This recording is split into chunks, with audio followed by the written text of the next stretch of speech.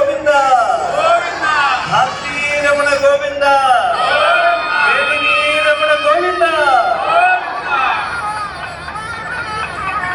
తిరుమల తిరుపతి దేవస్థానం తరఫున రామచంద్ర స్వామి వారికి అపూర్వమైనటువంటి బంగారు కాసుల మాలిక సమర్పణం చేస్తూ ఉన్నారు. సీతామ్మ వారికి సువర్ణ ఆభరణ